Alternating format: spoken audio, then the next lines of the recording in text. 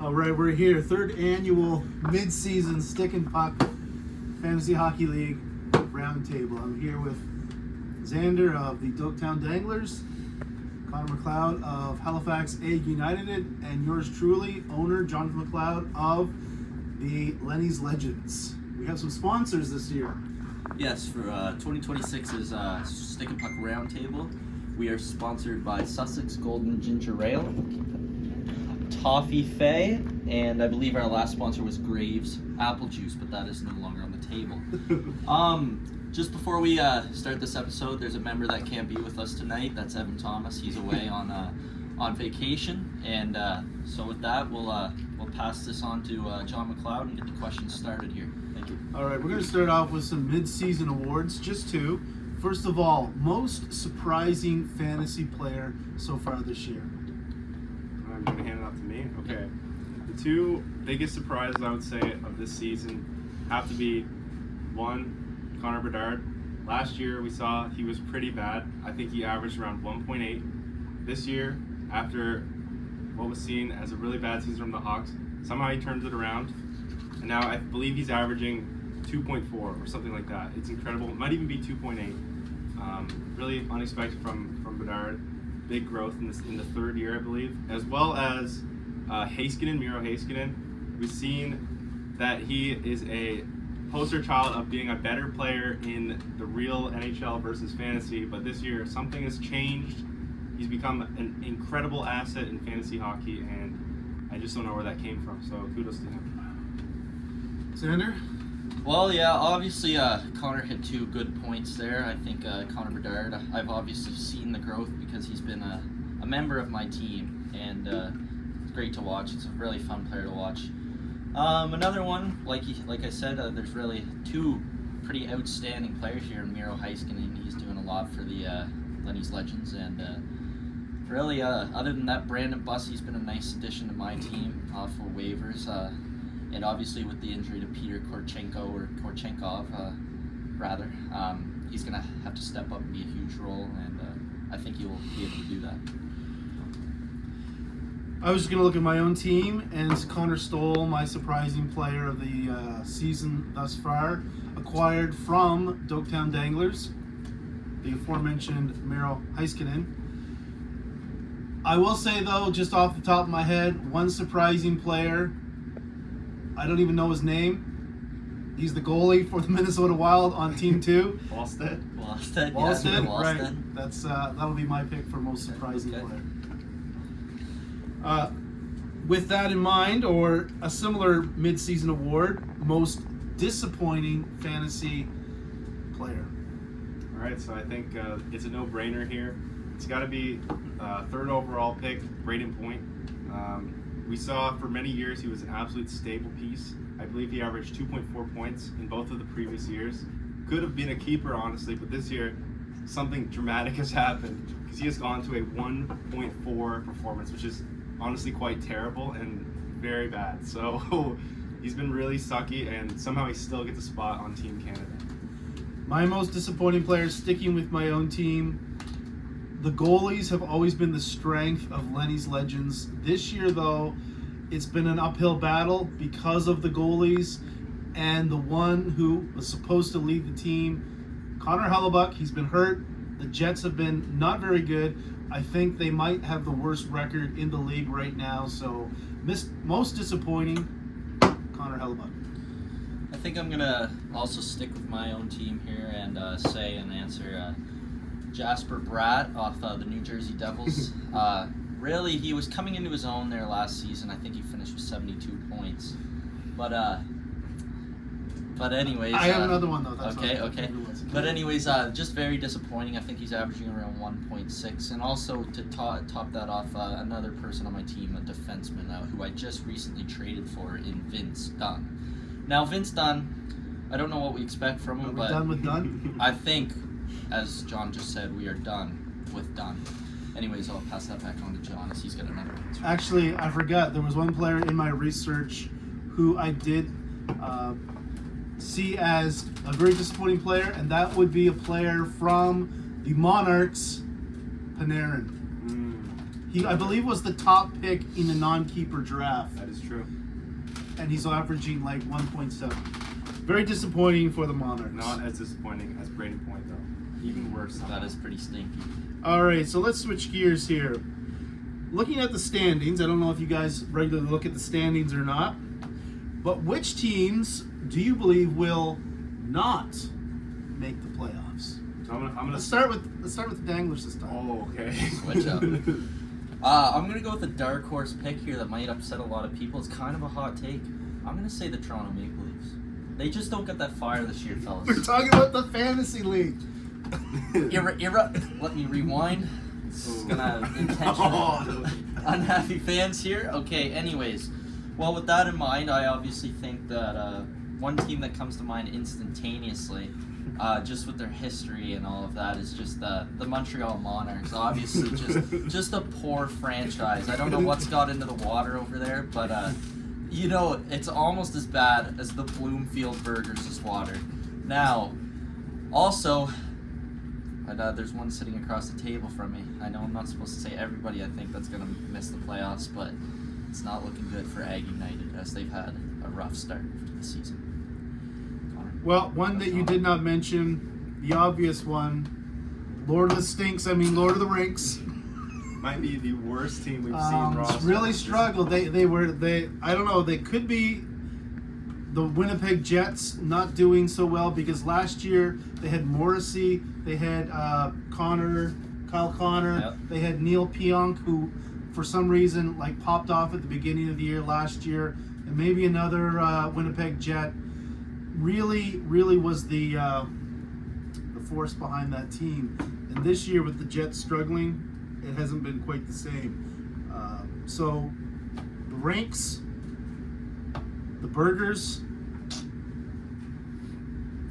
the Monarchs, and Ag United will not make the playoffs. Yeah, I don't really have too much else to add here. I feel there is a clear divide this year between the top teams and the bottom teams, and unfortunately, as it stands, Ag United sits at the bottom of the league. So I have to reiterate what my compatriots have said here by going with Rinks, Monarchs, Ag, and Burgers. All right. So at the other end of the spectrum, who is the team to beat as we stand right now, right at the middle of the 2025-26 NHL season? Which team in the Stick and Puck Fantasy Hockey League is the team to beat? Let's start over here with the Ag United. All right, so the team to beat, in my opinion, is clearly the Danglers. The Danglers have been off to unprecedented luck this season. We've never seen a team get this lucky before. Currently sitting somewhere near the top of the league with less points overall than Ag United. That is ridiculous. It's unfair to other teams in the league, and someone's got to put a stop to it. So I'd like to see the Danglers take a loss this week. But unfortunately, he's playing the Lord of the Rinks, so I don't think it will be happening this week. Let's go over to me. You can look at that. You can look at that a different way. Obviously, luck has been involved in the Danglers being, 8-4? 8-4 is the same as the Legends. Yes. And Legends have been unlucky, I believe, with the goalie performances. We need a turnaround from the Jets and the Rangers to somehow be in contention for a championship. We'll see if that works out or not. Danglers are going to say no. They've been too lucky. That luck will turn around and they will struggle. However, one caveat in that is the trade here It seems that has not yet been approved by the league. It seems the Danglers have a new face every week. It seems like Burgers have become their farm team. And that might be something the commissioner needs to look into. But I'm going to say, even though the Danglers are 8-4, the Legends are 8-4, I'm going to have to say Team 2 is the team to beat because they have the goaltending right now with Ottinger and Wallstedt and another guy. There's a third guy. Can't say I know. Anyway. I guess I just don't know. Anyway, Pressure's on Team 2 to finally get that championship. So I'm going to say Team 2 is the team to beat. Well, obviously, three solid teams that are kind of separating themselves from the pack here in Team 2 and Lenny's Legends, as well as the Danglers. Just make a quick defense in my case here, as the Danglers just received some shots taken at them. The Danglers' luck, unfortunately, it's not luck. It's just about game management and how we play each matchup each week. We take each match week by week, and we strive to improve, and whether that means rentals like we see this week with Dustin Wolf, trades with teams that might be incompetent when it comes to the market, that being the Burgers, of course. We look to strive, and I think the points for that Connor mentioned there earlier are a sign of the slow start we had in the season, the beginning of the season. Really slow start, but we've really elevated our pace. And anyways, to answer the question, I believe the team to beat, and the team I have yet to beat, are Lenny's Legends. I just can't seem to find that hump, and I believe when we get into the playoffs, it's a different beast, and I think I can conquer the man that is Lenny. He's a dog, not a man. All right, so behind the camera, we have Taylor Munn, and there have been rumors swirling around the league that Taylor might want to enter the league as an expansion owner. Being a bit presumptuous, already having a team named the Boys Town Beauties. And so let me get your thoughts on expansion, whether it be the aforementioned prospect or some other team. What are your thoughts on Stick and Puck expansion? I'll take this one right here. Well, obviously, Taylor Munn being my now fiance, people may think there's going to be a lot of laundering and sneaky deals in this fantasy league, but I'm here to tell you that this is not the case. There will be nothing but undivided competition. She is a fierce competitor and wants to win, but not as much as the Danglers want to win. So I can sense, instead of being a sort of pick-me team, she'll be more of a rivalry matchup in this New Brunswick division. That's all I'll say there. I think the expansion idea is great and adds a lot of competition to our league. I would say the most intriguing part of fantasy expansion for me, going to a 12-team model, just has to be the depth that the league will have. If we consider just the goaltenders themselves, 10 teams right now, each team with 2 goaltenders, that puts us at around 20 goaltenders for each team. If we add 2 more, we're really starting to scrape the bottom of the barrel, especially in that position. We'll need to see some really advanced moves. Especially we see the Danglers picking up Wolf for the 1 week. I expect to see more moves like that with expansion. Players being picked up that wouldn't be given a chance before. There might be some real talent and Might be some Ryan Leonards out of the bunch. the ability to pick up these sneaky good players out of the waiver wire and out of free agency will become an asset, even more than it is now, which adds to the skill of the league. I'm fine either way. I think we need to add either 0 or 2 teams next year. I do like the challenge of scouring the waiver wire for overlooked players with the extra players who will be rostered. So I like that idea of it. It will, I believe, favor those teams with a better pro scouting draft team, pro scouting team on there in their franchise. You know what I mean? Yeah. So I kind of like the idea. However, we want quality teams, quality owners, quality managers, not trash franchises that will forever be bottom feeders. We already saw what happened with How Is This Happening in the original first year of the season. We won't mention any other names. So Burgers. Burgers, they need to step up next year, get more serious. But anyway, that's a whole different topic. They will be in the relegation game next year. This performance continues. That is an idea. We could relegate the burgers and bring in the beauties. I don't know. Controversial. Interesting. All right, well, let's switch gears here to the actual, well, not NHL, but the international competition, which is called the Olympics. So, Xander requested this question. Team Canada was announced yesterday. We all saw the photo of Xander waiting to hear the announcement, who would make the team, who would be snubbed. And so Xander has proposed the question, Team Canada, who are your snubs and scrubs? Let's start with Xander. Well, obviously, I think one of the snubs that comes to mind for me right off the bat is Connor Bedard. Now, I can see why he was left off the roster, but I also can't. See, he has played phenomenal this year, and obviously suffered that injury that was just unfortunate, and he is a bit injury prone as of late, but I still don't see that being the issue in a short Olympic tournament. And now, with that being said, I think another snub was Mark Scheifele, a physical two-way forward, gritty, lighting the league up right now as we speak.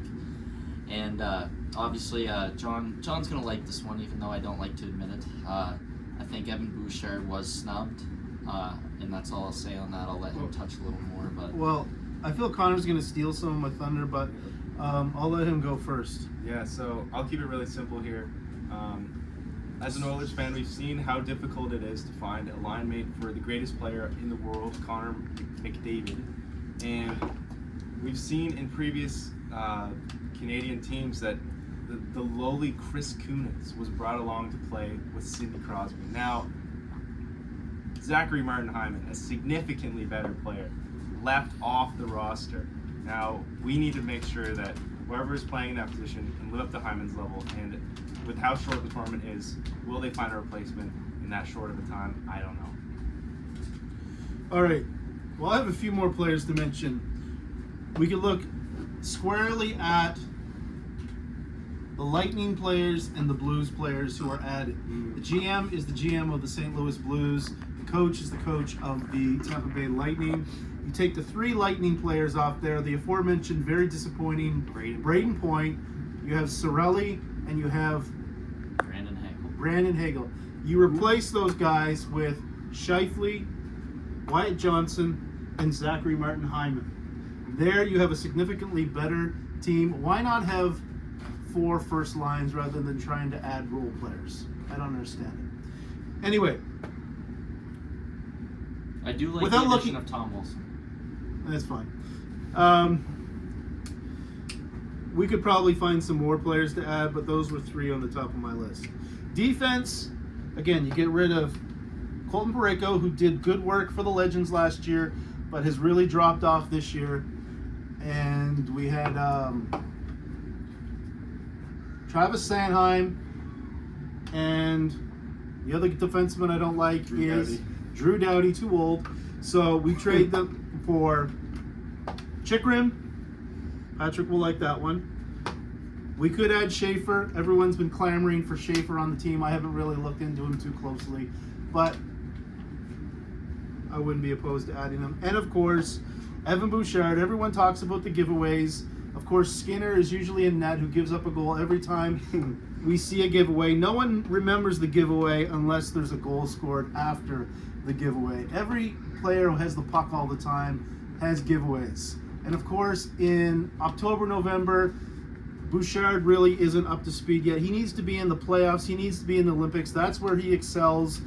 Best point per game playoff performer, other than Bobby Orr. And if we add it, raise it to 75 games, he is number 1, because Bobby Orr only had 74 games in the playoffs. But anyways, even better than Makar. Okay, that is crossing the line here. We will stop right there. Same number of, since November, when Bouchard's adrenaline kicks in, same number of even strength points as Makar, same number of goals given up while on the ice as Makar. Not saying he's as good as Makar, but he's right there, number 2, I would say, for Team Canada. Team Canada wants to win 3-2 instead of 5-3, so they didn't put him on the team. I would put Bouchard, Chicker, and Schaefer. Bennington, I know they will put him on because he won it for them last year in the overtime. Didn't really deserve to be on there. You could add any number of goalies. Another point, Drew Doughty. You should not have a player on your team that when he wakes up in the morning and gets that phone call from the GM that he was worried that he would not make the team. He actually was taking deep breaths. That should not be a guy that you want on your team. You want a guy that's going to vouch and have confidence and knows, okay, that's awesome. I was excited for this call. Instead, he responds and says, oh, my land, thank you for picking me. I was a little stressed out for that. This is not a guy you want on your fantasy team. I've said it before and I'll say it again. That is soft. That is soft, and soft players do not win games. He may be only one of 2 players on Team Canada not rostered on the Stick and Puck League as we speak. Bennington and Doughty. Horrible. How can you have a player on Team Canada not in the Stick and Puck? It's atrocious. It's ridiculous. I will say one other thing. Everyone wants to say, well, Canada won the Four Nations Cup. Let's just bring back the same team. But let's not forget, the Americans took the Canadians to overtime and really should have won that game unless Bennington made a couple of great, or more, 3 or 4 great saves. The Americans really should have won that game. And so it was like 50% or maybe 45% that they really should have won that tournament. And so do we want to bring back that same team, which largely it is, or do we want to improve upon that team? Apparently they just want the same team and want that 50-50 chance of winning the gold medal. Well, we'll have to leave it there. Let's go on to a couple more questions. A couple more. Let's start with Pretender. Stick and Puck Pretender. Who is that team that is in a playoff position right now who you really think is a pretender? I've got to start this one because it follows a previous point I've made. It just has to be the Danglers here. The ridiculously low points for, somehow in the top of the league. It's frankly, he's getting obscene luck, and who's on the other side of that luck? It's the Egg United. Just the worst luck ever again. 5th in points for in the basement of the league. What is happening? The 2nd year in a row. It's just brutal, and I need to steal some of that luck from these pretender Danglers. Okay, I would also say Danglers. I said that before. I'd also say, though, a very swingy team back and forth would have to be from Oromocto, the Oatmeal franchise. They have been up and down. If you look at their points for, points against, they're in the middle of the pack. I know that they were a bit of surprising contenders last year, sort of like the Washington Capitals. Don't seem to be as strong this year. So I'm going to say the Oatmeals are semi-pretenders.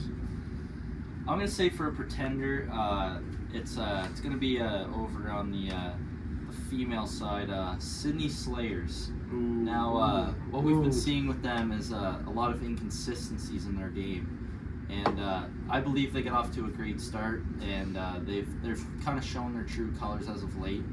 And obviously, I think they're a pretty big pretender. And now, I'd also like to add on to Jonathan's point here in the Oromocto Oatmeals. Just we've seen it before, and we're seeing it again this season. They're pretenders. There's nothing more to say, really. They are the definition of a pretender franchise, and as I dare to add one more team to this list and say the Montreal Monarchs, as they shouldn't even have 4 wins this year, and you could probably also say that about the Burgers. Definitely about the Burgers. I would say about the Rings. No comment. I think the Rings, Burgers, actually, yes. are in a tier I was below. discussing this, and the Rinks, it's atrocious. I'm sorry. Yet somehow I lost to the Rinks, the Burgers, and the Monarchs. So who is the pretender, really? That's just fantasy sports for you. Final question. Oh, did I? Yeah, I did answer that one. Final question. Sort of a interesting one. If the playoffs started today, who's the most dangerous lower seeded team? So we're not going to count the 8-4 teams, even though the Danglers might be a bit of a pretender. We're going to count the lower seeded teams. Like who do you think, or let's put it this way, who would you not want to see matched up against you among those lower seeded teams? So let's just say, and let's just throw a curveball out here for this question. Let's say that Egg United is in the playoffs. Now, as the GM of the Egg United franchise, it is frankly a disgrace to be at the same level of the Monarchs, the Sticks, and the Burgers. To be grouped with these teams is frankly quite brutal, and I believe our team is greater than that. I believe our team can excel. They have shown that they are 5th in points for this year, and so we should be somewhere near the playoffs. Unfortunately, right now we are not, but given the chance that we make it in the playoffs, we've shown already that we can take down the big teams. We can get points. We can get points on the board, and we can win matchups. Now, I don't know what's going on this year with the luck, but you find us in a playoff matchup right now, you don't know what we can do. So I'd say it's got to be Egg here. You go ahead. Well, obviously, there's a lot of this word luck being thrown around the table here. And I'd like to just say, first and foremost, that luck is skill. Now, the reason I say this is we have guys like Nathan McKinnon that can get it done. Connor Bedard that can get it done. But this frightens me against the matchup who I just called out. They are pretenders, but if the playoffs started right now, I'm talking right now, I'm matched up against the Sydney Slayers. I don't know if I can win that matchup on luck alone. I think she's got the pretending skills, and I think she can push past me in the first round, and that frightens me. Now, that being said, we still have tons of time left. And obviously, what Ormonto I called it was another team that I would be scared. But, I mean, I'm the Danglers. I should not be scared. All right. I was thinking maybe Egg United, but we don't know what's going on with Austin Matthews, the leader of that team. We've heard rumors swirling. Is he unhappy in Toronto? How much more is he going to take with the losing in Toronto, the injury, missing Mitch Marner, the coaching staff? So there's question marks there. The goalie situation is unsettled. Stuart Skinner getting traded from the Edmonton Oilers. A lot of question marks. So I'm going to have to go with last year's double champion in both football and hockey. I don't even know their full name. We'll call them Steve's team. They're at 6-6 right now? 6-6. Sort of where they were last year. I said last year on this very video, last year, if they could get their goaltending figured out, they would be the team to beat. Not saying they're the team to beat this year, but I'm saying that that's a team that knows how to win. To be the champ, you got to beat the champ.